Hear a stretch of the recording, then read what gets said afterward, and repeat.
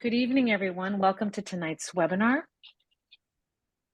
We're just going to give everyone a few moments to join us here and settle in, and we will be starting in just a few moments. But I do see everyone entering the webinar, so I'm excited about this. Let's give everyone a couple beats, and then we're going to start.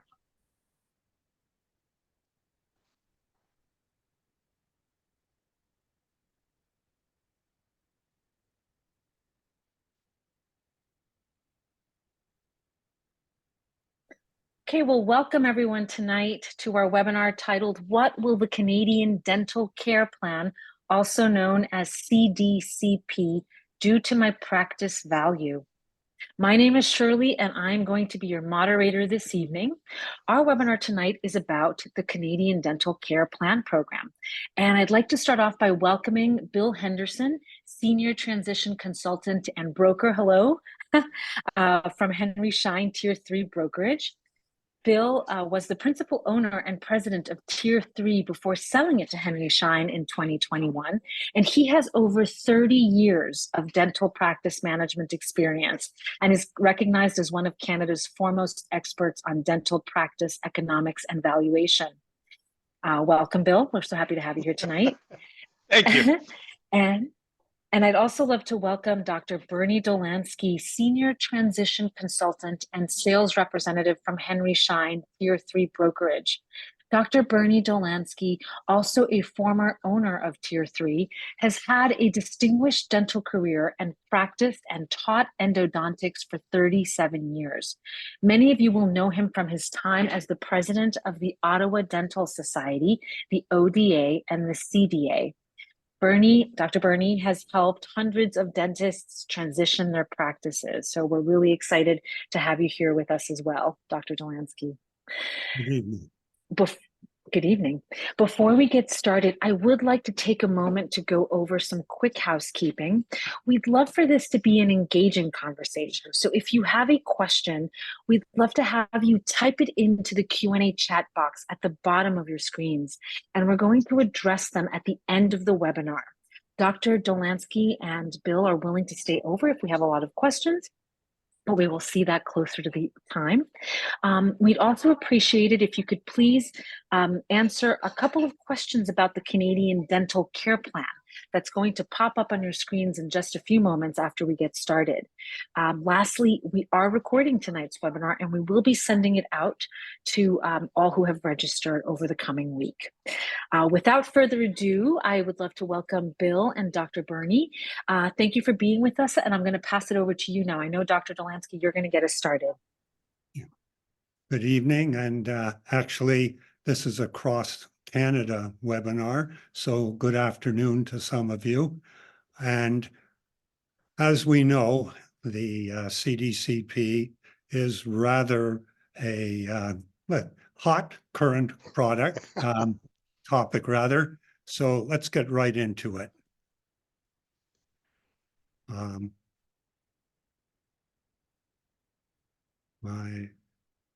My slides aren't advancing. Well, that'll make for an interesting session, or our questionnaires up already. Yeah. Surely maybe you can help pull the questions down, and Bernie will try to get his slides advancing. Yeah. Great, and they should be down now. Do you still see them, or are they? Yeah, they should not be there. They're still up. Okay, 1 second. Thank you. It's running as smoothly as the Canadian Dental Care Plan is, Bernie. Yeah, exactly. As soon as I put CDCP up there, we have a problem.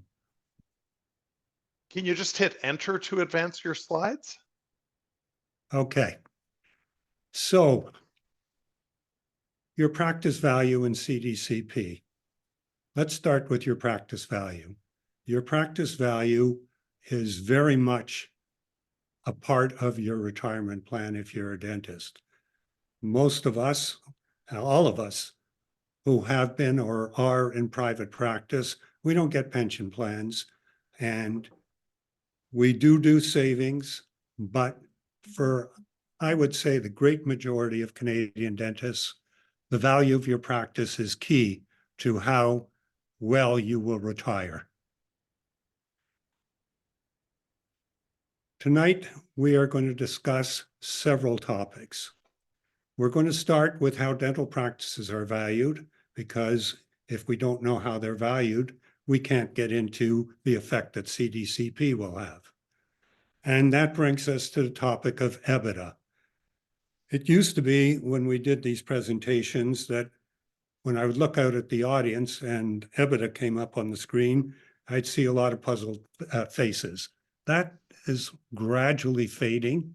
Most people know what it is, but we are going to look into how it is calculated, because how it is calculated is not only key to the whole topic, it's going to be key to the effect of CDCP.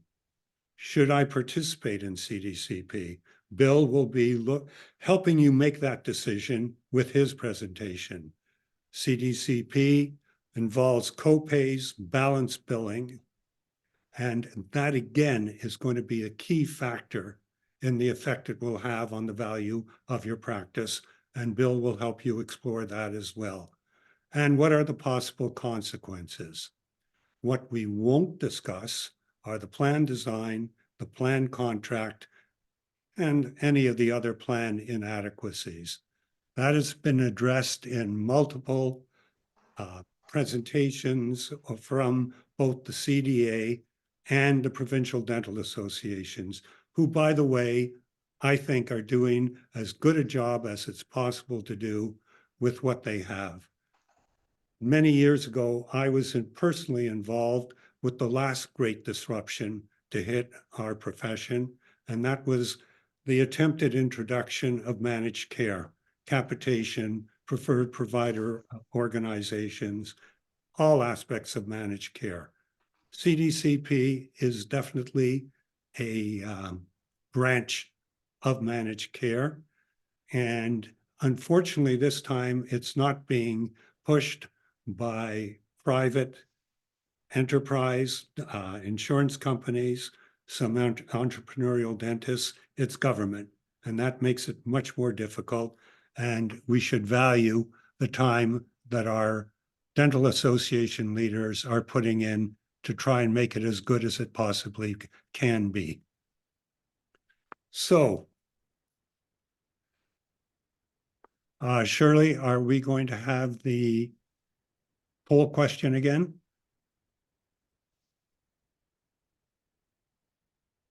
We're going to ask only the practicing dentists who are on this webinar to please answer this, and we'll give you a minute to do that.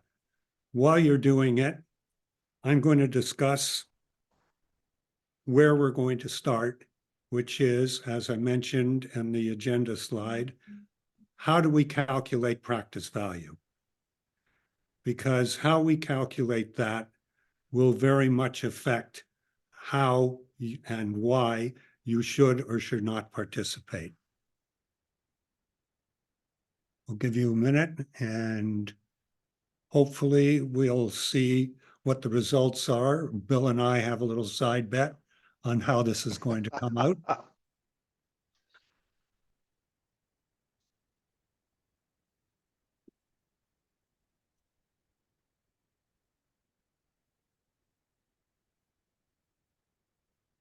There are the results. 34% yes, 20% firm no, 46% undecided. My buddy Bill thinks undecided means that you will eventually join. And you think it means they won't. But Bernie, I will declare you the winner of the bet here because I thought the ratio of yes to no would be different. I think we'll both agree on the answers 2 and 3 for the most part. Yeah. What's most interesting is number 2. If you participate, you will collect the copay and the difference, the balance bill. That is going to be absolutely key to maintaining your practice value, as Bill is going to explain. I'd say there are fewer people who've made up their mind than I would have expected.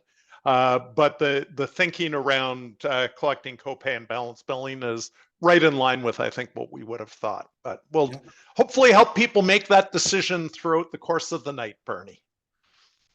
Indeed. So EBITDA, earnings before interest, taxes, depreciation, amortization. Cash flow, if you wish, free cash flow. It's the money that's left over to pay your taxes, to pay off your loans, to enhance your lifestyle, otherwise known as the practice profit, the practice bottom line. Various designations, all meaning the same thing. Let's have a quick look at how practice valuations used to be done. It was called a asset valuation. Very quickly, some arbitrary formula was used to determine the goodwill. Personal editorial opinion, there was always a little hocus pocus done in that, difficult to follow. Then you had the hard assets, the equipment, software, supplies, leaseholds. You added everything up and you got a total practice value. Things started to change. Well, for tier 3, they started to change from our founding because we used EBITDA and a multiple of EBITDA from day one. We never used this particular approach to practice valuations. Now let's have a look at where it starts. It starts with your financial statement. And of course, your financial statement is prepared by your accountant. And if they're doing their job is to minimize the amount of tax you pay. So every legitimate deduction should be on that financial statement, and your bottom line should look as bad as it possibly can. In our example, hygiene is 30%, dental and lab are 70%. You add in all the possible deductions and you come up with a sum of $135,000. That's the amount that you or your corporation, if it's a PC, are going to pay in taxes. But your transition consultant has a different job. And that's to identify the true value. And if you do it early enough, we can also help you grow that value. But that's another topic for another time.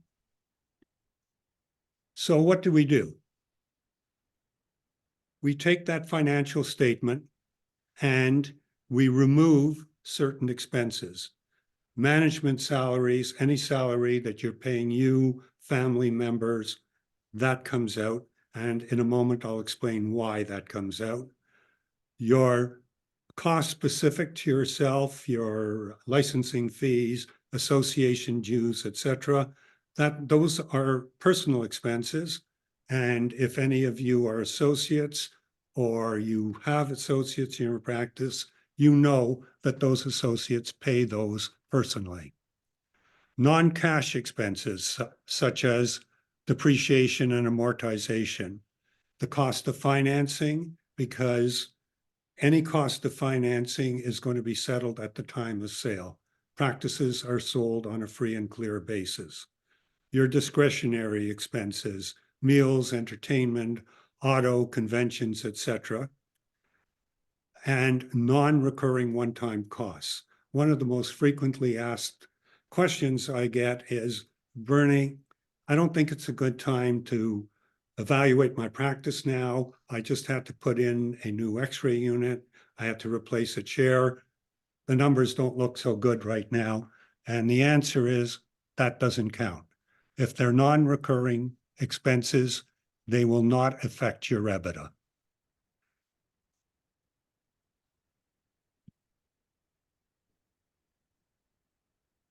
A good tip is keep track of these expenses, your discretionary, non-recurrent expenses.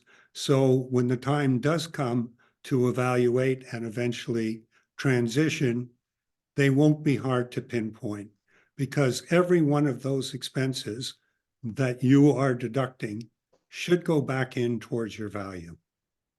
So make that a habit going forward. Keep track of those things. So what does it look like now? Any business has to pay everybody, employees, contractors, etc. As I said in the previous slide, we take out your compensation as stated on your financial statement because we are going to pay you as a dentist. And right now, virtually across Canada, the benchmark for paying dentists is 40%, usually of dentistry that is paid for net of lab. That's the benchmark. So we're going to put that in as an expense. And it will be an expense if an investor buys your practice. It will be an expense if you stay on as an associate. And it will be something that the banks look for if they're financing this sale, because they want to make sure that the buyer has enough money to live on at the same lifestyle that they did as an associate, making 40%. So suddenly now we have a bottom line of $218,000, 22%. So what's happened here? We've gone from this, the accountant doing a great job and only having you pay taxes on $135,000 to a bottom line, an EBITDA of $18,000, which is a greater than 50% increase from 14% to 22%. That is the true value. Now, what are we going to do with that EBITDA? We are going to use it not only for the things that I mentioned earlier, but to help determine your practice value. And now we go from the mystery of EBITDA to the power of EBITDA. And in a moment, you will see that it is indeed powerful. Just like in the Marvel movies, it can be a power for good or evil.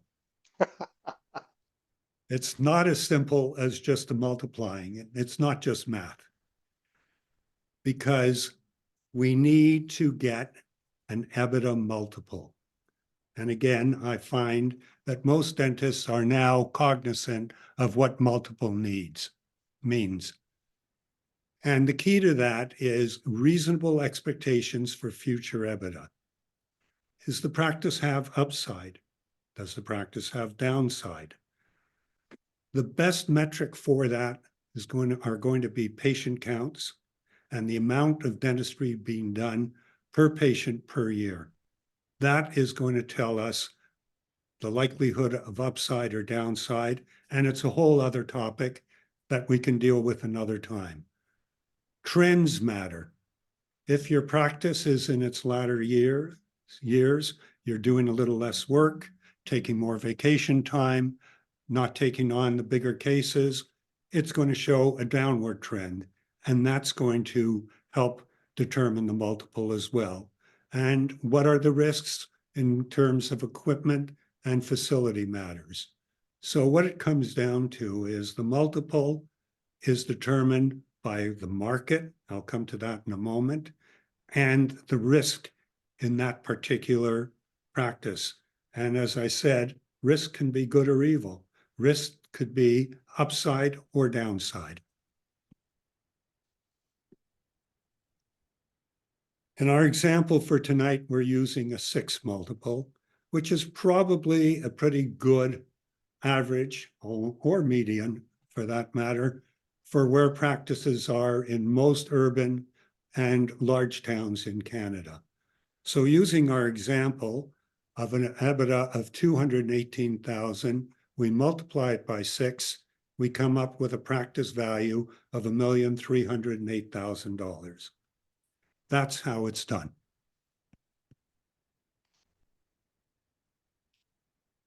Now, once we put in the market and those other risk factors, we have the multiple, but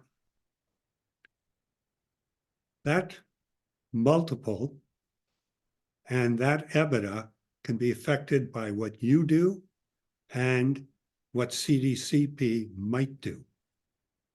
What I mean by that is, if you start this process, let's say 3 to 5 years before you're ready to transition, we can help you pinpoint areas where you might improve the value of your practice, or you might be happy with what you have, but at least you will be able to make that determination. CDCP is an entirely new factor. That's why you're here tonight. And I'll leave it to Bill to help you with some decisions in that regard. Now, as I said, power for good or for evil. Relatively small gains can result in much bigger gains or decreases. So using our example of a 6 multiple, every $10,000 increase in EBITDA is going to put another $60,000 in value on. On the other hand, every 10,000 decrease will have the opposite effect of a $60,000 decrease. Now, there's even more power here, even more power here, because if you have done your tax planning the way it should be done, a lot of your purchase price, the money you're going to receive, is going to be potentially tax-free, thanks to the lifetime capital gains exemption. And if the present budget goes through, that's going to be worth $1,250,000 for each shareholder in your corporation. And by the way, for those of you who aren't incorporated, you still can access that, as you can incorporate just yourself, no other shareholders, just before the sale. So again, every dollar in that EBITDA has a lot of power in the sense of how much ends up in your pocket, how much there is to finance your retirement. So where have we been? Where are we headed? We started off by determining how EBITDA is calculated. Our example, we had a $218,000 EBITDA, $1,000 EBITDA. We have a 6 multiple. Now, what about revenue? Fee guide increases will obviously influence that. And again, kudos to most of the provincial dental associations for keeping up their fee guides with inflation over the last few years. They've done a really good job. Staff shortages, that's a problem right across the country. And I don't have to explain to you the effect that losing a hygienist and hygiene production can have on your revenue, even for whatever period. And now we have the great unknown of the CDCP. How's that going to impact revenue? On the expense side, with staff shortages, we have staff wage demands going up. And again, that has been mitigated somewhat by the increases in the fee guides, but it does have an effect. And the same with other cost inflation. Investments in technology are something you should definitely consider. There are software products out there that can help you with your revenue increases and, quite frankly, with your efficiency. The same with equipment investments. Those two can help. And my feeling, personal feeling, because we're in the early stages, as CDCP becomes more prevalent, we are going to see more of a demand for greater efficiency in practices. And lastly, we looked at the earnings multiple. By the way, that has been affected by high interest rates. It was higher before rates went up. Hopefully rates will come down and maybe it will go back up again. That will help value. DSOs were very active in the market up until, I'd say, about 18 to 20 months ago. They have retrenched, they have pulled back, but they too have an effect on demand and therefore on multiples. So let's look at things from a bit of a macro level. How will the CDCP impact practice earnings and values? in the short term, again, on a macro level, we're going to improve the care of a lot of Canadians.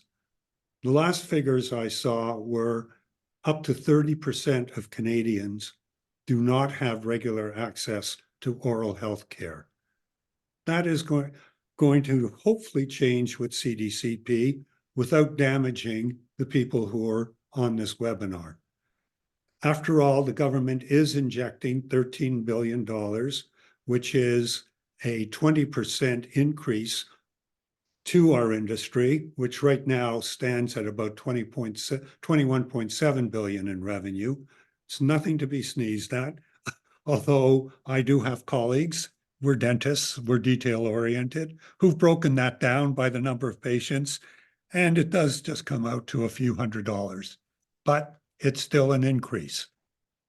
Now, there are ifs, caveats. We've already seen and heard about patients deferring treatment. We had an interesting poll a few minutes ago about how many dentists will enroll. And to me, very encouraging in that poll, over 90% of you said you're going to collect the copay and balance bill. That is going to be so, so important.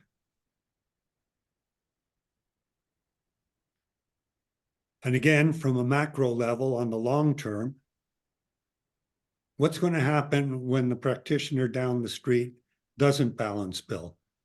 That's going to put pressure on you. And that is inevitably going to happen. It's a government plan. So I think it's not going too far out on a limb to say that reimbursement levels will always, they're already behind the fee guides. And I personally, again, think that is going to get worse. There will be a bigger delta. And again, we're already seeing employers and certain plan participants who have the choice in their plans of pulling their dental benefits. After all, the government's going to pay for it. And that too is going to have a detrimental effect in the longer term. And interestingly, a couple of hours ago, I got an email from the ODA already outlining some of the increased administrative burdens that members are already reporting. So on the other side, again, the need for productivity, the pressure on fees, and the pressure on earnings and practice values are all there. They're all going to happen. In fact, it's into May, so they are happening. And now Bill will help you look at how you might deal with that. Bill, over to you. Thank you very much, Bernie. Just while you disengage your screen there. First of all, just a reminder to everybody, you can use the Q&A section. When I'm done my comments, Shirley's going to walk us through all the questions we've got. I suspect my comments are going to provoke maybe a bit more reaction than Bernie's. Bernie, you delivered the basis of practice valuation excellently, as always.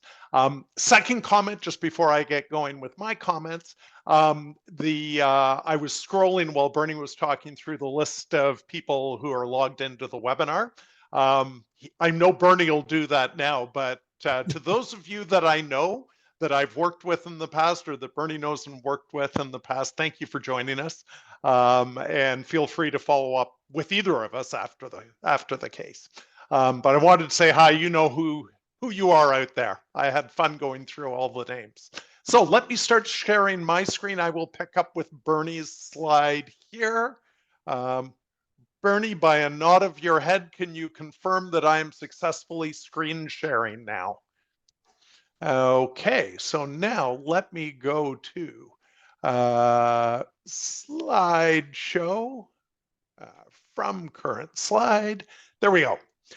So this is where Bernie wrapped up. I'm going to actually talk about two things. One question that we get a lot these days is from people who are interested in selling, what are buyers thinking?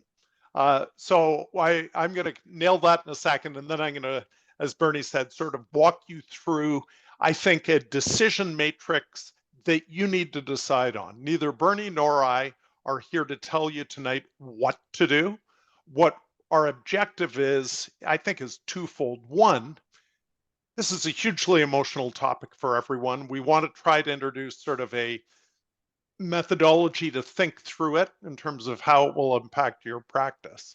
And that's really the objective. And we've got hundreds of people on this webinar, and all of you have a different practice. What's right for your classmates' practice or the practice down the road may not be right for you. So we want to give you some ways to think about it rather than giving you the answer.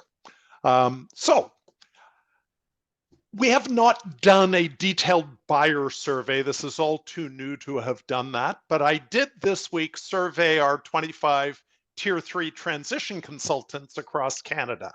Currently, they've got about 35 sales underway, and I thought it would be interesting to ask them a few questions. Bernie hasn't even seen these results. They came in today.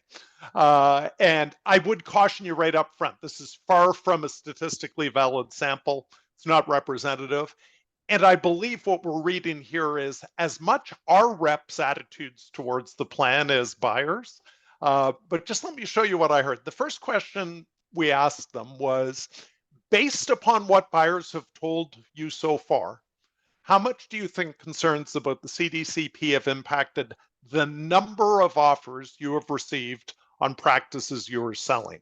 Remember, this is going to our reps who currently have practices for sale. 0% said a lot fewer offers.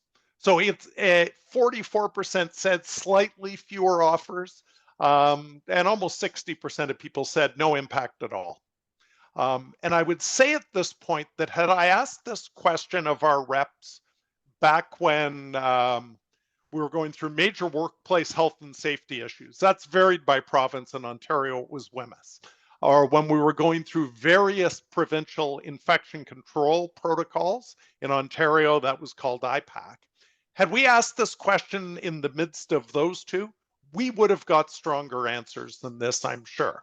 And obviously, if we'd asked it in the middle of COVID, it would have been dramatically stronger. So the reaction is actually less than I anticipated.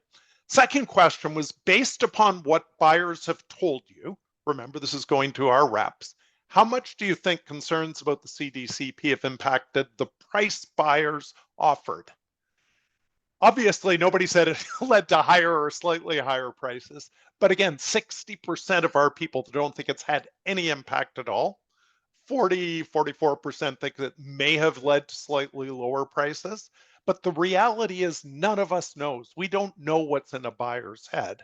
That's why this last question for me was maybe the most relevant, which was over the last 3 months for practices you were selling, how many buyers have told you they are less interested in buying a practice because of the CDCP? Nobody said all buyers are saying that. Nobody said most buyers were saying that. Basically, 60% of buyers, 60% of our reps have not had anyone raise it as a concern. So I think what we can conclude from this is that, at least at this point, and I believe for the reasons we're going to talk about going forward, the CDCP is not going to impact the number of people wanting to buy dental practices. The reason for that, there are really 3 key reasons. The first is there are more dentists and therefore more buyers all the time. We will remain in a strong seller's market well into the future. And the other reality, when you think about how the CDCP works, it's always been true that associates can make more money as practice owners, than as associates. Generally, it's at least twice as much. They don't see it in the first 10 years, they're repaying their bank loan, but practice ownership is dramatically more profitable than associating. And to the extent that CDCP impacts practice revenues and earnings, that's only going to become more true. Because as an associate, your income is based upon what you're billing. To the extent CDCP impacts that, it's impacting your earnings. One feature of the CDCP, those of you who have looked at it carefully will have realized, the hygiene reimbursement levels are much stronger on average, or certainly the scaling and fluoride reimbursement levels are much stronger than general dental reimbursement is. So with hygiene earnings not being impacted as much, owning a practice and getting hygiene earnings becomes even more important in the future potentially than it has been in the past. The other big buyers the other big purchaser of practices are investor dentists. This doesn't just mean our friends at Dental Corp and 123 Dentist. It means somebody who owns one practice and is buying their second, or owns three and is buying their fourth. They will be as interested as ever in buying practices because they're looking to invest money. Now, if earnings drop, as Bernie explained, they'll pay less for the investment, but they won't not make the investment. All of the drivers of dental economics, the virtually recession-proof nature of the business, those are going to continue going forward. So I don't think any of us need to worry about fewer buyers. The big question, and it's what Bernie addressed so effectively, is what's going to happen to practice earnings? And that's what the balance of my comments are going to be based on. And it's not what's going to happen to earnings in general, it's what's going to happen to earnings in your practice. So you all have a decision to make, and our first slides, or the poll we asked you, really outline these questions. Some of you have already decided not to accept the plan. Some of you have decided to accept the plan, and the majority of you, or more of you than either, I think are kind of right in the middle there now. Accepting the CDCP, you also have a decision to make as to whether you're going to balance bill or not balance bill. And I would submit to you that how you think through these questions is going to be somewhat dependent upon whether you've got excess capacity in your practice or not. If you've got a practice that's essentially closed, you're too busy, you don't want to bring in new providers, you've got no ability to do more dentistry, then that's going to take you down some paths that might not be the case if you have room in the schedule or the ability to bring in more providers.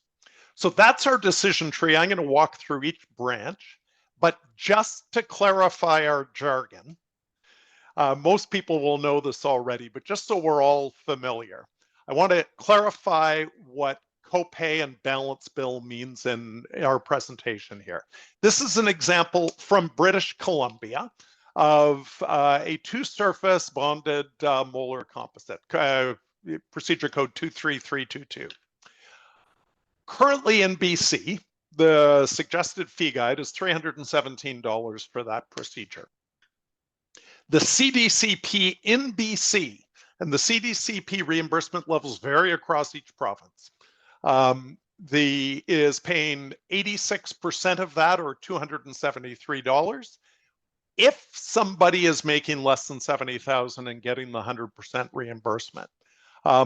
So in this case, there's no copay, but there is a $44 balance billing if the dentist is going to bill up to the fee guide or their customary fee. People who are making between $70,000 and $80,000 in their adjusted family income only get 60% reimbursement. So 60% of the 273 is $164. You are obligated in accepting the CDCP to collect the copay, which is $109. You're not obligated to balance bill, but you can. And then if somebody's making between 80 and 90,000 in their household income, the reimbursement level is only 40, so $109. So that's what we mean, or what I will be meaning when I'm talking about copay. It's collecting that pale blue bar, which is up to the CDCP prescribed fee. And when I'm talking balance bill, it's billing the patient for the full amount up to what you would normally bill them, or your fee guide. Okay, well, and just before I move on from the slide, I'll come back to this later. I believe many dentists are making the mistake of talking about the patient needing to pay In the middle example here, $153. And I believe that the people we see who are having good early experience with this, and it's a week and a half now, it's not very long, they've sort of gotten out in front of the narrative, and they're talking to patients about how much they're saving. Now, that's, some of you may be saying, hey, Bill, that's a distinction without a difference. I believe it does frame it differently for your patients. If you're saying, hey, on this filling, you're probably going to be able to save between $109 to $273 rather than telling them what they're going to have to pay. I'll come back to that in a little bit. But these numbers vary significantly by procedure. I am showing you again BC examples, but every province will be roughly similar to this. 2 units of scaling. I said earlier, hygiene's being reimbursed very well. 2 units of scaling in BC are $112. CDCP is paying $108 at full reimbursement level. But look over at the half unit of polishing. In BC, that's $46. CDCP is only paying $11. So you need to be aware on a procedure by procedure basis. Okay, so with our nomenclature set and a few of the principles, let's talk about your decisions.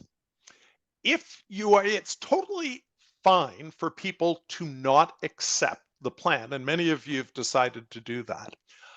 The impact on your practice will vary based upon your practice. Remember, the people who qualify for this are only uninsured people with household incomes less than 90,000. And there are an estimated 9 million, 9.5 million Canadians, probably about 22% of the population, who meet that criteria. But if you have very few of those patients in your practice and you're not accepting the plan, there's going to be little to no impact on your revenue. Patients aren't going to leave your practice because they don't qualify for the plan. With little to no revenue impact, there'll be little to no earnings impact, and your practice value, there's little risk. On the other side, if you've got a lot of patients who will qualify for the plan, there could be very significant impact on your revenue earnings. And if your earnings are impacted significantly, that's where Bernie's comments about the, what was it, Bernie, the evils or benefits of EBITDA, it will hit people very positively or very negatively, right? The power of good and evil. The power of good and evil, yeah. If you engage in behaviors that drop your revenue significantly, there's some evil coming your way, sadly. And so the thing I would suggest you all do, my mother-in-law is enrolled in the plan. I don't know if you can see it. I'm holding up the brochure she was sent by Sun Life when she got her package. Both you and your patients and my mother-in-law can see what practices in your area are enrolled in the plan. If you want to look at, you can find it pretty easily on the Sun Life website. On the right-hand side of my screen here, I Googled, or I checked how many offices within 10 kilometers of my house here in Stratford, Ontario, are accepting the plan. There are 11 dentists in town accepting the plan. I did it for a customer who's selling today in Kitchener-Waterloo. There were 165 within 10 kilometers. So you can see what's going on in your trading area. The website's there if you want to grab a snap of the screen, but you can find it pretty easily. So the issue obviously is if people in your trading area are accepting the plan and you're not, and a good proxy for whether you got a lot of patients, if you've had patients saying they're going to defer treatment until you're accepting the plan, those are the patients at risk, plus the ones that haven't asked you yet. Let's look at the potential impact on the value of your practice of losing patients. Here's the simple example Bernie was talking about. Earnings in this practice of 228,000, a 6 times earnings multiple. If there's no impact on this practice, Dr. Pat Sample's practice, it's still going to be worth $1,370,000. But if Dr. Sample loses 5% of his or her patients, revenues dropping by 5%, some costs drop. Supplies and lab costs are going to go down. Staff costs will go down some. If you lose 5% of your patients, theoretically, you don't need as much chair time for hygienists and yourself and your chairside assistants. So here I've assumed you'll save those costs. That's not always easy to do, but rent doesn't change. Your other costs in the practice don't change. So a 5% drop in revenue drops the earnings or EBITDA by by $22,000, and that's $130,000 or a 9% drop in the value of this practice. You've all got, we chose $1 million example so you can scale up or down based upon your practice. Now, if Dr. Sample's practice had maybe 20% of her patients who chose to leave because she wasn't offering the plan, the damage could be significantly worse, obviously. So this is where knowing both the nature of your patient base and knowing what's going on in your area is going to be important. So that's the first branch in our decision tree. Now let's talk about balance billing. The vast majority of you who were accepting the plan said you were going to balance bill. And if you balance bill, there's very little likely impact on your practice if competitors in your area also balance bill, because there's no price savings for that patient to go elsewhere. Now, if you've got competitors in your area who are not going to balance bill and just collect the copay, you will be subject to some risk, no doubt about it. Many of you deal with that risk today, though, when you've got competitors who aren't collecting copay on private insurance. The key thing to remember is what we're talking about here are patients who are already coming to see you. They've already decided to pay full freight for their dentistry, and you're about to be able to offer them significant savings. One thing we hear a lot about is the admin cost impact. We don't know what that's going to be. All I would say about this is be careful not to overreact to what you hear. Here are two things that were sent to me this week. Two examples from chat rooms out there, and you all know what kind of echo chambers they can be. One person said, hey, I saw 20 CDCP patients last week. I had 4 verification requests from Sun Life. They went on to say they think they're pulling out. Another person said, I saw a patient last week and received a request for chart notes and the x-ray. If that's the way it's going to work, it isn't worth it. That's a fair point of view to have. All I would suggest is before you react emotionally, do the math. The math will vary. We don't know what it's going to be, but let's assume it takes 15 minutes of staff time to meet a verification request for chart notes and x-rays. If 15 minutes, dentist one here had 4 requests, that's an hour of staff time. If they're paying somebody $20 to $30 an hour, that's what it costs them would cost them to meet the verification request potentially. With billings of $6,000, remember there are 20 appointments, assume 300 per appointment. The admin cost burden is half of 1%. The average cost per appointment, if you divide the total cost by 20 appointments, is $1.50. The lifetime value of your patients generally is going to be in excess of $1,500. Second example, if somebody took 15 minutes to respond to that request for the one appointment, it's going to cost about $8 in staff time. Appointment revenue was for that appointment $239. Admin cost 3.3%. But if that was a new patient who had not been to the practice, came because they found the practice on the Sun Life website, they billed $239 and netted $231, even if there was $8 in staff costs. Have they got a new patient for the future at a lifetime value of $1,500? We don't know. These staff cost estimates may not prove to be accurate, but what I would say is get some experience, do the math yourself.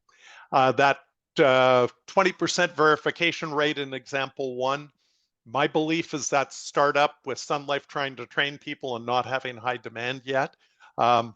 If they were trying to verify 20% of all appointments for 9 million Canadians doing 2 appointments a year, you can do the math. It's over 11 million verifications. I think it's probably not going to be that bad, but we'll see. So, worst case scenario, Dr. Sample balance bills and somebody in the area is discounting and Dr. Sample loses 5% of the patients. You already know that's going to cost about $130,000 in terms of the practice value. But, and here is the key, there's upside too. If Dr. Sample has the ability to treat more patients, Dr. Sample could end up in this position where they get a 5% revenue gain. So revenue's up 5%. Again, we've been fair. Staff costs are up are up. Supplies are up 5%. We've even increased the dentist compensation by 5%.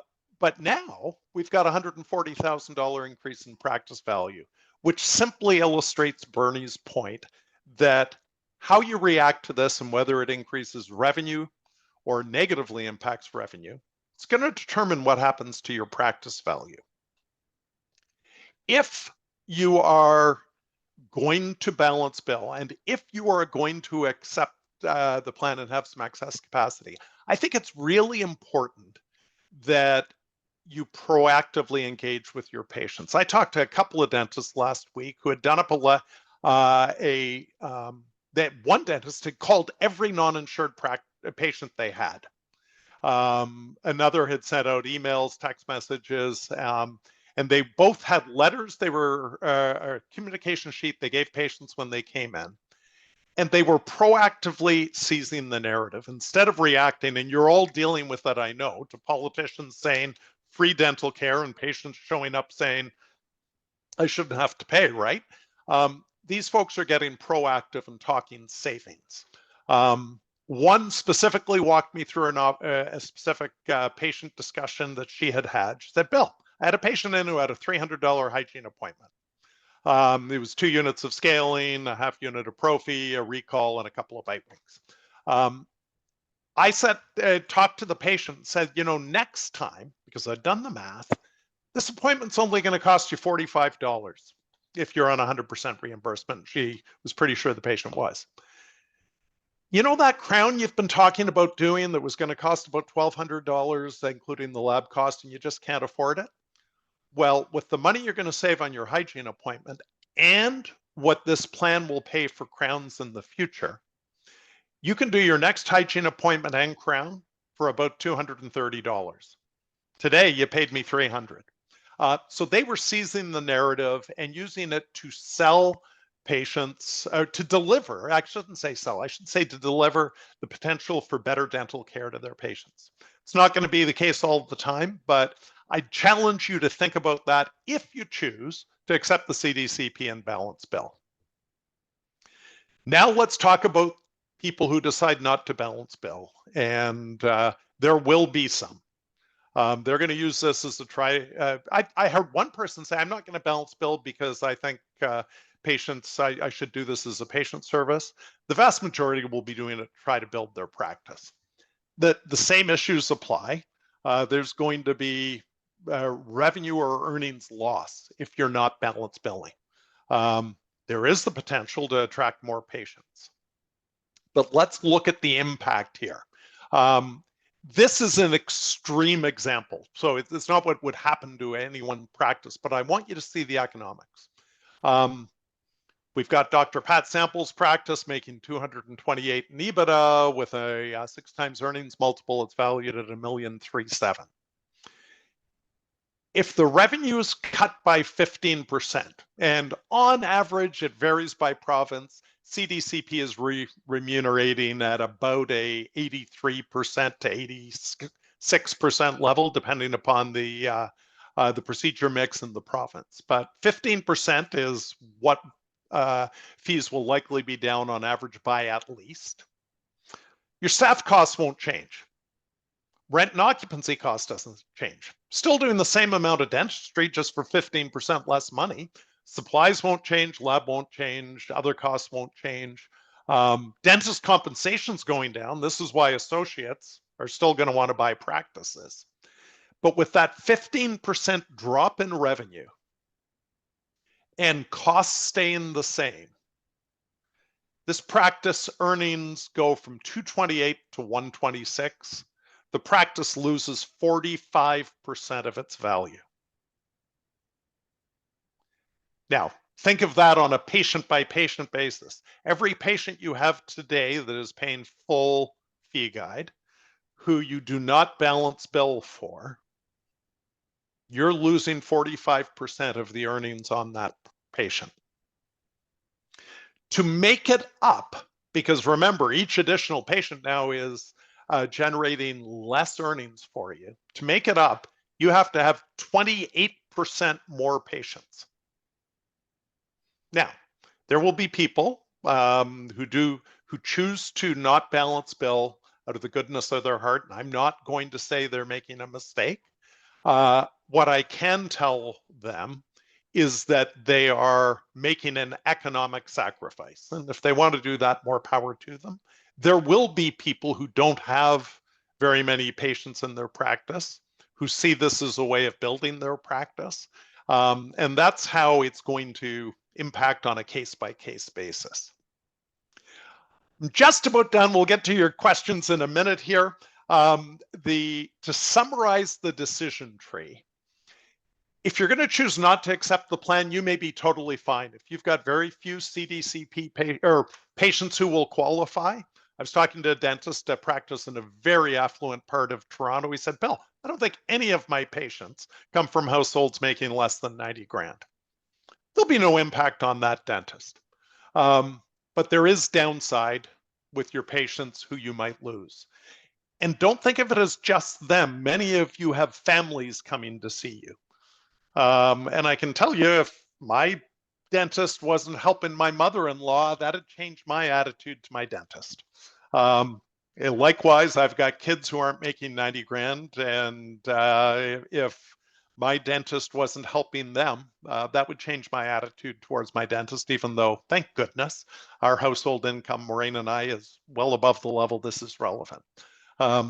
So think about that, make your own decision. For people balance billing with no excess capacity, there's no upside. You're already at full capacity. There may be some downside if people around you don't balance bill, but it's probably more moderate because those patients already come to see you as their dentist. They've been paying you, in the example of the filling, $300, and you're going to be saving them money going forward. That's why to talk savings, not cost.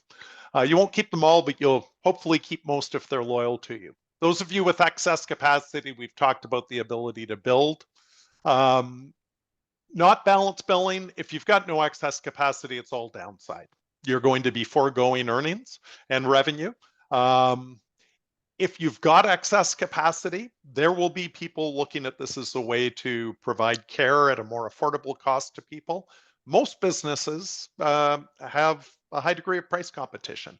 And there will be people who will try to use the program to increase their practices. There's your decision tree. I wanted to talk about 3 other long-term considerations because all of this has been very immediate. Those of you who accept provincial programs that are compensating well below your fee guide, I'm from Ontario, so I immediately think of Healthy Smiles and ODSP. Many of you are from other provinces. You'll know your programs. In Ontario, it's awful. Those programs compensate on average at about 33% of fee guide. If you're exceeding those patients today, this is great news for you because the CDCP, so long as they qualify, and most will meet that income test, we all know that, you're going to go from 33% compensation up to at least that 85% average compensation. That's almost a 250% increase. If you're accepting those programs, I think you want to educate your staff and have them educate the patients on how to get enrolled properly in the CDCP, and to make sure you're following how your local province will be topping up CDCP using the provincial plans, which I know Ontario is doing. I suspect most provinces will fall into line. The other big issue here, and neither Bernie nor I have really talked about it, although Bernie tapped on the key issue earlier, is there's going to be a big increase in demand for dental services. You can't dump $4.5 billion into an industry doing 22 billion and not end up with more people getting dentistry done. That is why the program's here. It's to improve the oral health of Canadians. That means more dental services. That means a need for more staff. And Bernie said earlier, we already suffer staff shortages. One of the key things the provincial and national association need to do now that we've got this is continue their efforts and redouble them to deal with the staffing shortages we've got. You will need to make managing your team even more of a core competency in the future than you have in the past, because it's going to be harder to attract and retain people. Wages will go up. You can't have an increase in demand with a fixed supply and not have wages go up. But staff join practices for reasons other than just wages. It's a lot about the work environment, who the boss is, how they are to work with. Many of you will want to consider technologies that will allow you to be more productive. And you're going to have to look at the people and processes in your practice to improve productivity. Because in the long run, I don't think anyone's optimistic about the long run here. The long-term risk of deinsurance, employers pulling back on private insurance plans for employees because the feds are doing it, it's a real risk. And there's an equally big risk, I think a bigger one, that the CDCP fees will not increase sufficient to cover your cost increases. Now, I don't think that's happening in the next 1, 2, 3 years, but I do believe over time, we're going to have downward pressure on both revenue and earnings. Now, the great thing is, and I've watched dentists go through workplace health and safety. I've watched them go through IPAC. Watched them go through COVID, staff shortages, inflation. You are a tremendously resilient group who exercise great ingenuity in overcoming the challenges. Yeah, I know dentists are going to continue to do that, but you're going to need more focus on cost control. You're going to need to consider other opportunities to increase your patient base and other revenues in your practice. Here's the paid ad part of this entire thing. Henry Schein can help with that. Your field sales consultant can help with technology to improve productivity. They can help you find cost savings in your supplies. They will do that for you. And to the extent that you need to improve recall systems, software solutions, etc. Bernie said earlier, this is what Bernie and I do and our whole great team across the country. We do this day to day. We do evaluations to help you know where you're starting from, but far more importantly, if your appraiser's only giving you a value, you wasted your money, because they should be giving you extensive benchmarking of how your practice compares to others and showing you how to increase the value to plan for your transition and sale. So I'm about to throw it over to Shirley to get into some Q&A. Bernie's email's there, my email's there, our phone numbers are there. Feel free to reach out to either of us. We'll direct you to one of our great teammates in your marketplace. Working together, we can get through this. You can build your practice value, but it's not going to be easy. And surround yourself with people who can help you do it. So that is the end of my comments. And Shirley, I'll hand it over to you. Thank you so much, Phil. That was just so much information. Thank you to you and Dr. Delansky. And I've just added both of your emails to the chat in case folks want to copy and paste it. Yes, so those are in there. And we have a bunch of questions that have come in already, so I can transition over to those. So this one comes from Johan Nusaputra. Are DSOs still buying offices as before? Uh, no. The short answer is no, but let's define before. Up until I'd say 24 to 30 months ago, they were quite aggressive in the market. They pulled back at about the same time that we saw interest rates going up.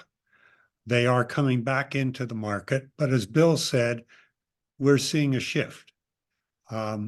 It's not the big ones, the 1, 2, 3s and the dental corps. We're seeing the people buying their third, fourth, 21st or 25th practice. And at least in my personal experience, some of those are quite aggressive. And that's great if you're a seller, obviously. Thank you. This next question from Johan Nusaputra again. What type of technology are we talking about? Okay. Let me Go ahead, Yeah, Bill. let's alternate, Bernie, and we can add on top of the other as required. I talked about technology as ways of improving productivity, and sit down, talk with your dental supply rep about how they can help with this. Think carefully through what they're telling. Talk to your peers.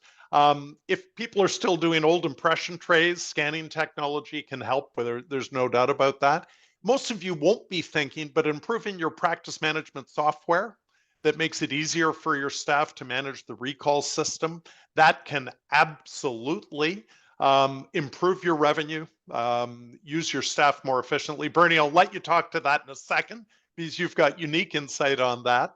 And then moving to one appointment dentistry, doing in-house crown milling can save time, staff, energy, and effort. There's a range of areas. Not all of them are a panacea.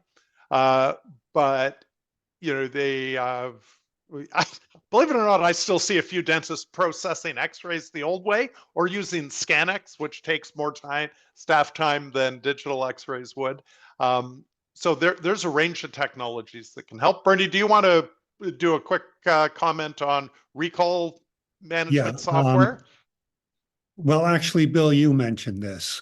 If there's any one area that you're going to concentrate on, I would suggest it would be hygiene. Dollar for dollar, hygiene is still the most profitable part of a general practice.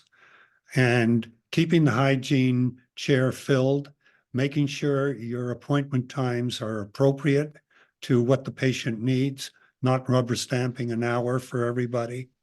Your recall system, and just helping your hygienists become more efficient. There are software products out there that help with that as well. Thank you, Dr. Delansky.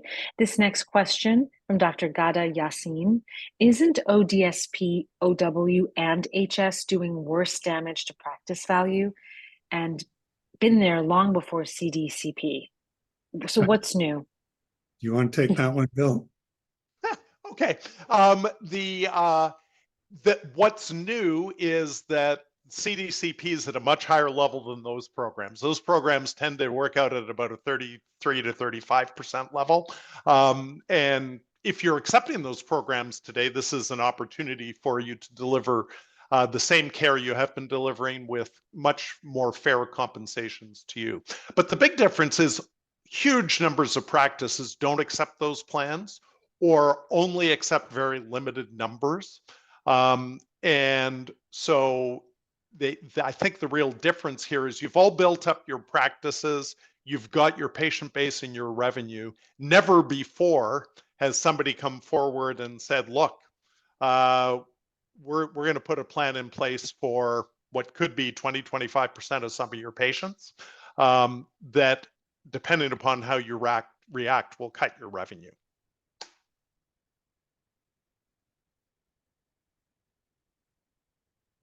Shirley? Okay, I'll go to the next. Yep, I'll go to the next one. Thank you. This one is from Dr. Catherine Zakal. Assuming the staff don't throw a fit at being overworked and doing the extra work, Likely, they demand more pay or they may threaten to quit if they keep needing to do more work. I think it's more of a comment, but if you guys want to comment on that. I think it's a valid comment. I remember from the days when I was in practice, one of the most annoying things for staff was chasing down payment from insurance companies, et cetera. It's frustrating. But as Bill said, there is always going to be a shakeout period with a program like this. Sun Life is an experienced carrier as far as dental claims go, but it's government. And as I said at the beginning, it's a valid comment. I know in my own practice, that was one of the most annoying things. And I'll go out on a limb. If you're going to risk losing staff because you're taking a lot of CDCP patients and the hassle is too great, I think it's a valid reason to cut back on participation. I don't know if Bill would agree with me, but having been there, I can see your comment as being valid. Yeah, I think it falls, Bernie, right into what we talked about earlier, which is case by case, practice by practice.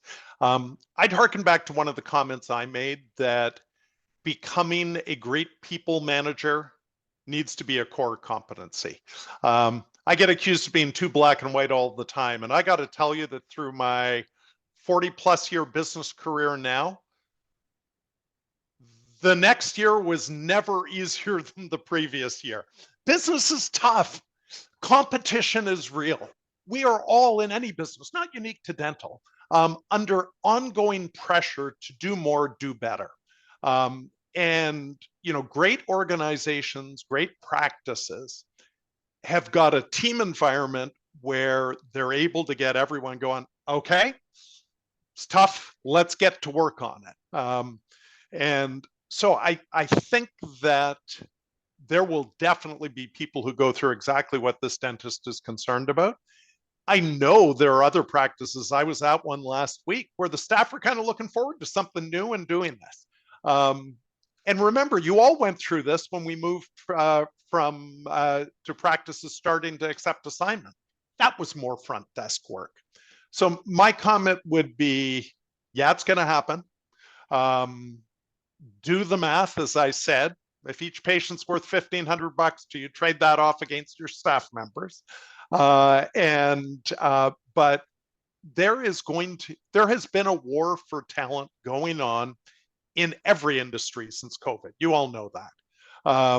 And it's going to get worse in dentistry. So, those HR articles you haven't been reading, start reading them. The course you didn't go to it, because it will determine success. Thank you so much. Next, this next one comes from an anonymous attendee. How do we ensure that patients who have private plans will not use both private plan and CDCP to increase dental benefits? My knowledge of how dental plans work would indicate that they can only make a claim if you do it. So if they're going to double dip, it will start in your office. You have to submit the claim to Sun Life. And if they're going to submit a claim to another carrier, again, that claim has to come from you. So I would think that you control that. Yeah, and I would add that from what I know, and I'm not an expert on the plan, but I do know that I heard that employers are going to have to report for employees, and I think it's on the T4 going forward, but I could be wrong, whether or not the employer offers a healthcare insurance plan. And if they do, that employee won't qualify for CDCP, irrespective of their income level. Very good, thank you.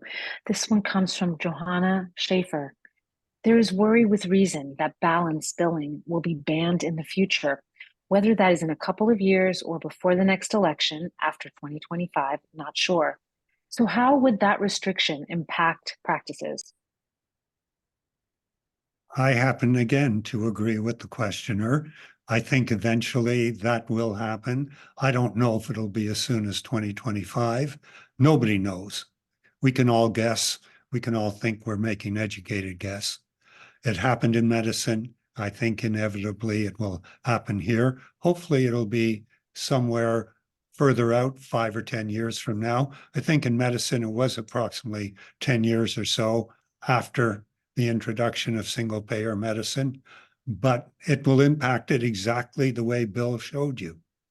He showed you those numbers of what will happen if you don't balance bill. So that's what will happen. Yeah, I mean, if we saw a industry-wide 15% reduction in revenue, I'm not going to offset it with growth, but there would be some growth to offset it. But it's a dramatic impact on practice values, 40% drop in practice values. I am somewhat more optimistic than Bernie, but it is a real risk. And I think, whether we're talking that issue or whether we're talking the administrative burden or how much Sun Life's going to be verifying and the burden on you, I think it really speaks to the fact, and the ODA said this at the meeting I was at, I know all your associations are thinking the same way. This issue is not over. This is going to be an ongoing issue for at least the next decade. And what I would ask, because we all benefit from this industry, patients benefit from the quality of care that you're able to deliver because of the fees you're charging. It's really important we all support our provincial association and the CDA as they continue to work on this.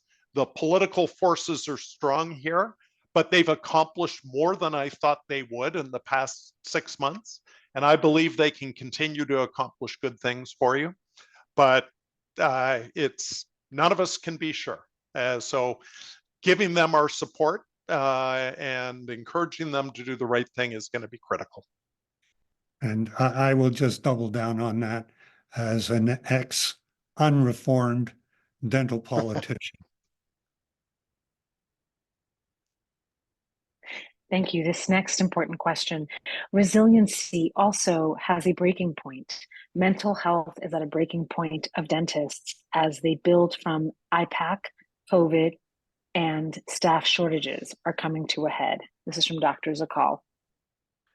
Yeah, I think that's very real. And each of those last events, the IPAC, WMIS, COVID, each time those things happen, people decided that's it for me. And, if that's where you're at, Bernie and I know a couple of people who can help you monetize the great practice you've built. There will be some people who choose that path and more power to them. We should all manage our careers in a way that we're happy and healthy. And if that means stepping aside from dentistry, those previous events didn't produce enough new practices coming on the market to impact supply enough to change value. I don't think it will this time. I think it'll be a slow burn over years, but it's going to happen. Bernie? Yeah, absolutely. Just to be selfish for a moment, the burnout factor is very real, and it helps our business. We sell practices. And I'll just make a personal comment. I'm personally very happy that I'm a retired dentist at this point. My hat's off to every dentist out there practicing. It is tough. And you are tough just to be able to thrive and do what you do. Hats off to you. Thank you, Dr. Nolansky. This next question from an anonymous attendee is, are CDSO stopping the balance bill to the CDCP program? Bill and I are both smiling because we Go just ahead. talked about that today.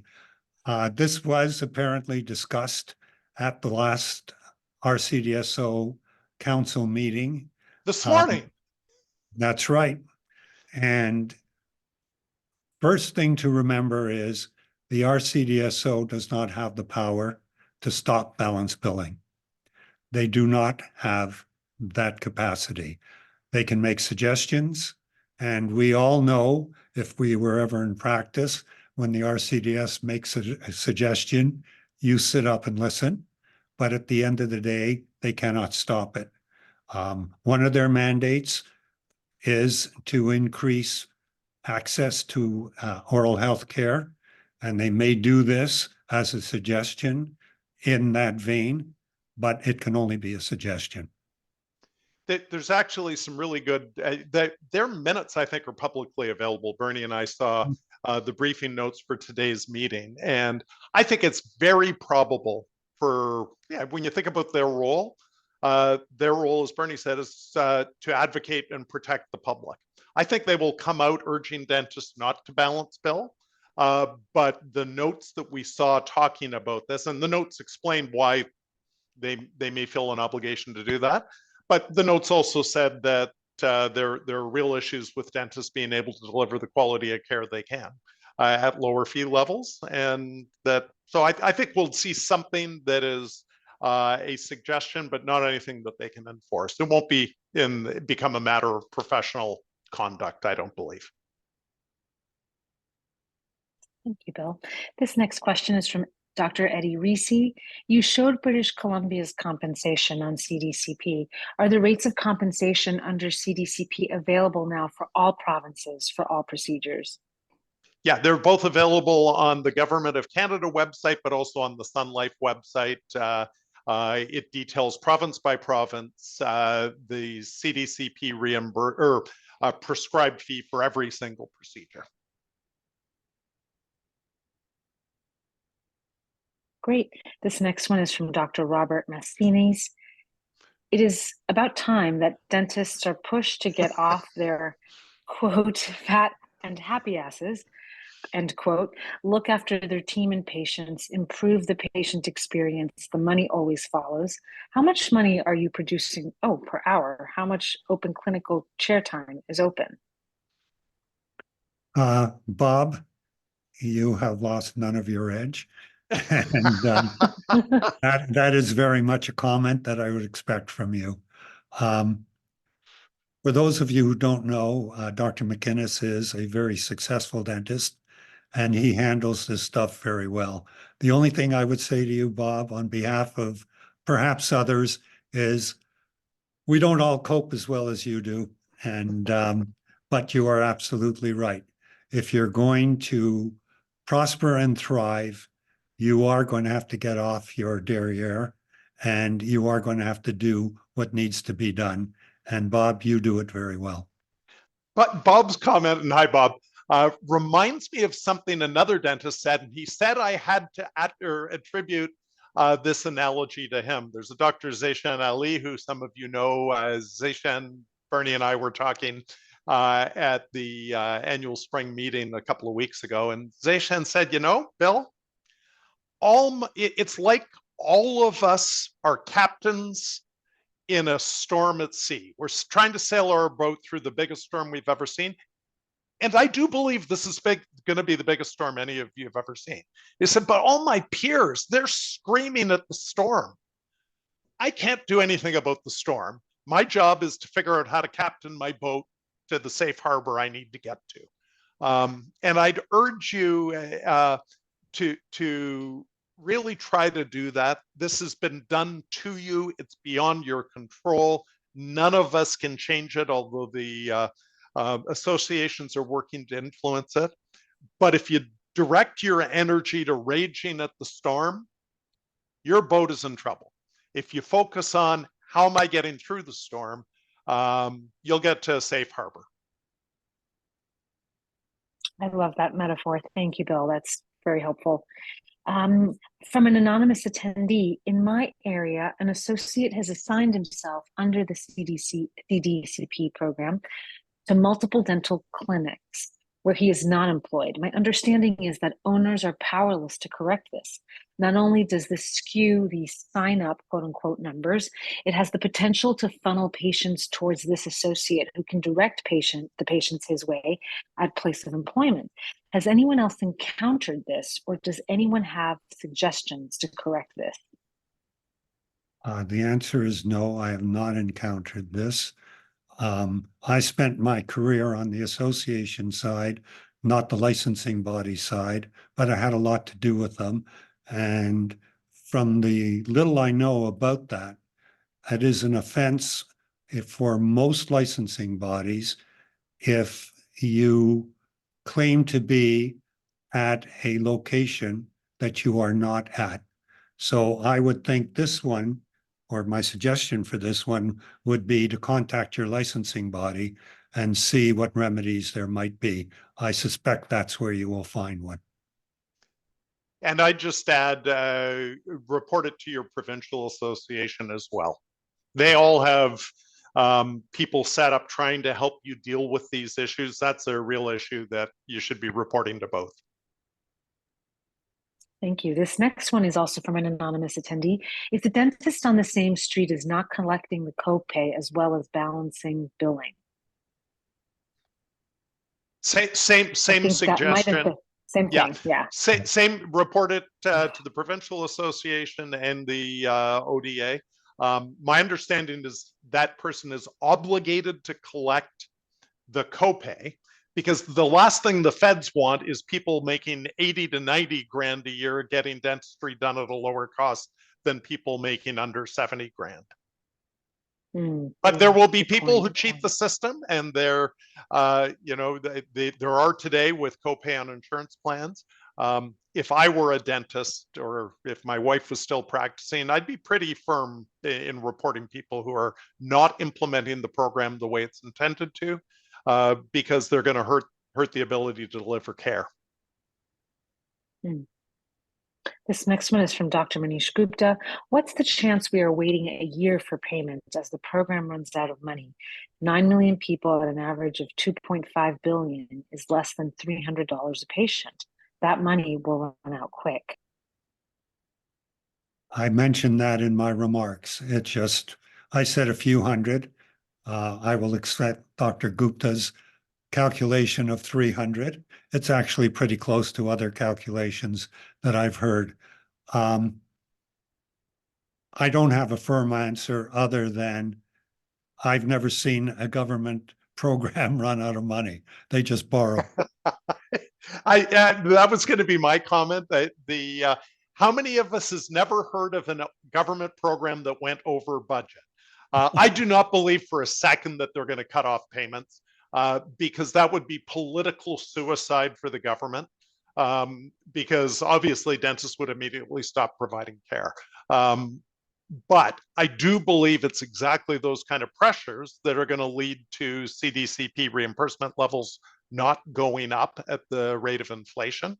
So I'm worried about the issue long term. I also think those issues, though, will prevent it spreading to a more comprehensive universal program, which, given how effectively our private insurance system works, we should all be pushing to make sure we don't get universal on this. And this next one from Dr. Tahira Mejabin. When it comes to clawbacks, how does this affect associate contracts? Now, if you remember at the beginning of my presentation, I said there are certain things we will not talk about. And that had to do with plan design and contracts. The contract is ridiculous. Any contract that allows one party to basically change the contract, abrogate the contract, do whatever they damn well please without the other party having any say in it, isn't really a contract. And I've had it from people who are extremely knowledgeable about plan design and how best to treat patients. The plan design sucks, to use a scientific term. There are many, many problems. Clawbacks, the ability to come to you months after you've been paid, review it, and ask for their money back. That's all in the plan. The plan has those flaws. It's not something we can really address. And I think part of the question may have been, Bernie, about what if money's clawed back and I've already paid my associate? This, I think, is actually a very interesting question. and it may cause some people to relook their associate agreements. I'm going to follow up with one of our employment lawyers on it right away. Most associate contracts specify that if money was not collected or had to be repaid to a patient, that does come out of the associate's pocket, but it'll probably be very dependent upon what agreement you've got in writing with your associate. Okay, great. Thank you. Next one, anonymous attendee. What happens if the government will force us to stop balanced billing? I think we've had that question. It's Bill and I definitely agree that it will happen. We disagree how long it will take. And that comes down to his crystal ball versus my crystal ball. What will happen is the numbers will drop the way Bill described. And by the way, there is a recording of this presentation. So we threw a lot of knowledge at you. One of our favorite sayings is when Bill and I make a presentation, it's like drinking out of a fire hose. We throw a lot of stuff at you. It's impossible to imbibe all of it. So the recording will be available and you'll be able to see exactly what those numbers look like if you can't balance bill. And I just add one thing, which is the associations, and it's why it's so important you support their ongoing efforts, because this is a battle that I think will be coming. The associations did a great job of getting major changes to the plan because the majority of dentists did not enroll. And the government, who are very sensitive to how the public looks at this, realized we've launched a program and there won't be dentists to deliver it. I would predict that the way this will play out, the moment a politician says we're going to cut the balanced billing opportunity out, there will be large numbers of dentists who will threaten to pull out of the program. How that plays out, how it's managed, how it's communicated, that's going to determine, I think, whether Bernie's timeline's right or whether it's much longer, if at all. But it's why your associations, it's easy to poke holes at what they do. They've done this really well, guys, in an impossible situation. Keep supporting them. And this one you may have answered as well, but it's if our CDSO is okay with us not balanced billing, then why should we collect copay of insured patients? That's a contradiction of professional conduct as well. We shouldn't run different fee guides on different patients, right? You know what? That's a great question. Usually when I say it's a great question, it's because I know the answer. In this case, I say it's a great question because it's one that has occurred to me. It's fraud if you do not collect the copay on a private insurance plan. You are supposed to collect the copay on CDCP.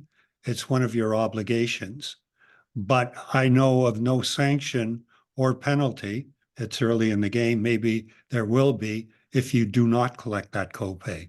No, I don't think anybody knows the answer yet, but logically, it should be just as fraudulent not to do that as it is in a private plan. Exactly. Okay, great. And this next one, anonymous, what are the pros and cons of signing up now or waiting to get more details, as the plan seems to be fluid at the moment? I think that's one of the biggest questions most of you face. And I would determine that based upon what you're hearing from your patients. You're in the business of delivering patient care and meeting patient needs. And if deferring until July is going to cost you patients, if it's going to have patients not getting care, I think that will tend to lean you towards enrolling now. I'm talking with people selling their practices right now, and I'm telling them, yeah, enroll. You can't afford to lose patients right now. And we also don't know that July plan where you can participate without enrolling. We don't know what the terms and conditions are. And I guarantee you there's going to be a terms and conditions checkbox every time you submit a claim. My guess is it won't be much different, but I have heard people who've entered and pulled out with the problem. Some of the some early people who pulled out are. I think you got to make that determination for yourself. It's similar to the determination are you going to participate or not. It's a business decision. Yeah, agreed. Question from an anonymous attendee. Why wouldn't the CDCP allow for non-assignment billing with respect to patient treatment? That's just part of the plan design. It's government. As I said, I fought these battles personally. I know how difficult it is, even when you're dealing with private insurance companies and you have some leverage. We had tremendous leverage. Going back to what Bill said, what defeated capitation back in the day was no dentist, no cap. We convinced dentists not to participate. With the government, it's entirely different. Whatever leverage the people who are negotiating on our behalf, the associations, have, it's precisely because people have been reluctant to enroll. Okay, great. Thank you. Oh, and this comment from Robert Macinus referring to his earlier comments, all meant to wrap my arms around those amazing, fat, and happy dentists! Exclamation mark. No change. Next one. And yes, this next one is from Sunny Seagal. Do you think that if the Conservatives get elected, that they will stop increasing CDCP fees to balance the budget instead of canceling CDCP, which would look bad to electors?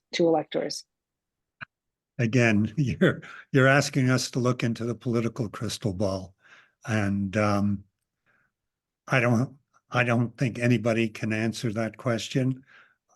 We all have our attitudes toward politicians and promises and what they do when they're backed into fiscal corners. And your opinion on that is probably as good as mine. I won't speak for Bill. Yeah, no, none of us knows.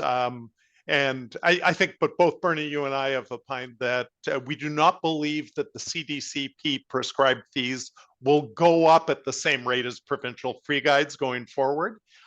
For the first couple of years, that may be a very slight difference, but over time, those things magnify and compound. If we were to somehow end up with an election between now and 2025, which I think is unlikely for many reasons, I could see a new government deferring rollout to the population between 18 and 65 for cost reasons, but I don't think that's going to happen. I think we're saddled with this plan. The storm is raging, folks. Figure out how to navigate your boat. Look, if you want to know where this ultimately ends, whether it's in 2 years, 20 years, or 50 years, just look at our medical brethren. That's where it ends. Hopefully in 50 or 60 years. Actually, you know what? I'm going to push back. And the benefit of Bernie and I is we both have strong points of view, and we both express them. I was recently looking in depth at the NHS program in the UK, and we've got a brokerage business there. The UK has had publicly funded dentistry since 1946. And there are a bunch of practices in the UK that operate only on NHS. I won't get these numbers right. I think it was around 15, 20%. There are a bunch that don't operate within the NHS system at all, 15 to 20%. And the bulk do a bit of both. The most interesting thing to me was that the difference in profitability between the NHS and non-NHS focused practices was 10%, not dramatically more than that. So I would say that, but this is back to the point I keep making. It all depends on how this gets negotiated, how heavy-handed and ham-fisted politicians will be. There are models out there that have been doing publicly funded dentistry much longer than us, where it's not quite that bad. Well, I'll push back on your pushback very quickly because it is getting late. The last time I looked at the NHS, and I have looked at it, there's a reason only 20% participate. And I think it was 3 or 4 months ago, I read that the government was offering bonuses for people not to re-enroll, just to take some NHS patients. Absolutely. Yeah. I hope we don't end up there. It is about 80. It's a real access to care issue in the UK, because dentists have said, I'm only going to treat so many. It's a lot more than, it's about 80% who accept in some degree. Great. We'll Let's take these deal with last three one or two. questions. Yeah, three, and then we should cut it One or off two? because everyone's Okay, been great great. with their time. But, you know, we've got Perfect. 98% of the people who were with us earlier still with us. So it's meeting Yes, the need, that's right. which is great. Yep. And this one, is there any prediction as to whether CDCP will affect insurance reimbursement in the future for regularly insured patients? Is there any concern there may be a drop in reimbursement to CDCP fees in the long run? Again, crystal ball. We do know that there has been effect on people looking at their plans.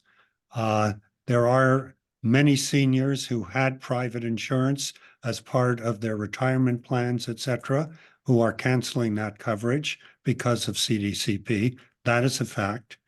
We have all heard about companies that are having a second look at having dental benefits if they have a lot of employees in that 90,000 or less category, an annual income. So yes, it is definitely it is already starting to have an effect on private plans. Whether it will have an effect on reimbursement under private plans, I hope not.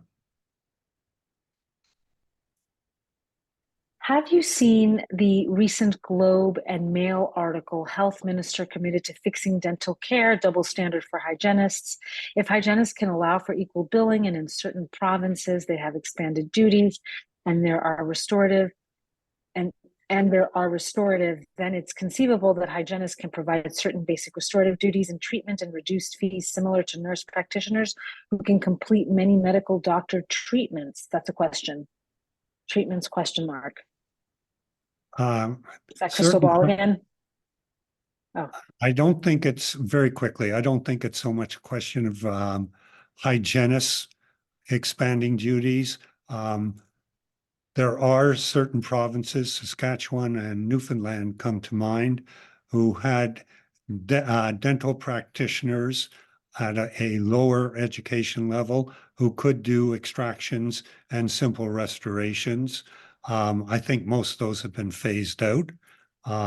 Otherwise, I don't think hygienists are going to have expanded duties because of this. Yes, there is a two-tier reimbursement on the CDCP. However, they get reimbursed at a lower level, and obviously they are pushing back on that. great. And we can take this last one. This will be the third. Not collecting the copay with CDCP is fraud, just as it is with not collecting the copay with regular insurance. However, the balance billing is a new idea, and collecting that is optional and fraud if it is not collected. The whole CDCP fee guide has been lowered to introduce the concept of balance billing, which has become optional, or rather not encouraged. My comment is a correction of a statement that may have been misspoken as an answer. Important correction. Do you agree with that? Well, if somebody knows that it is considered fraud, I applaud that. I did not know that. Thank you. Great. Well, I think we're going to wrap it up now. We do have a couple of more questions that will be forwarded on to Dr. Dolansky and Bill Henderson with us tonight. But thank you so much for spending so much time with this audience that, as you could see, really was hungry for this kind of information. It's a big change that is happening. And you both, thank you for helping people understand this and map it out and create a path to understand what kind of transition to make with a dentist, with one's dental practice. So thank you again, Bill and Dr. Dolansky, for a wonderful presentation. Thank you all for joining us. And as we said a few times already, we did record tonight's webinar, and we'll email the recording out sometime in the next week. Thank you all for joining us, and have a wonderful night. Good night. Thank you, everybody. Good night. Thank you.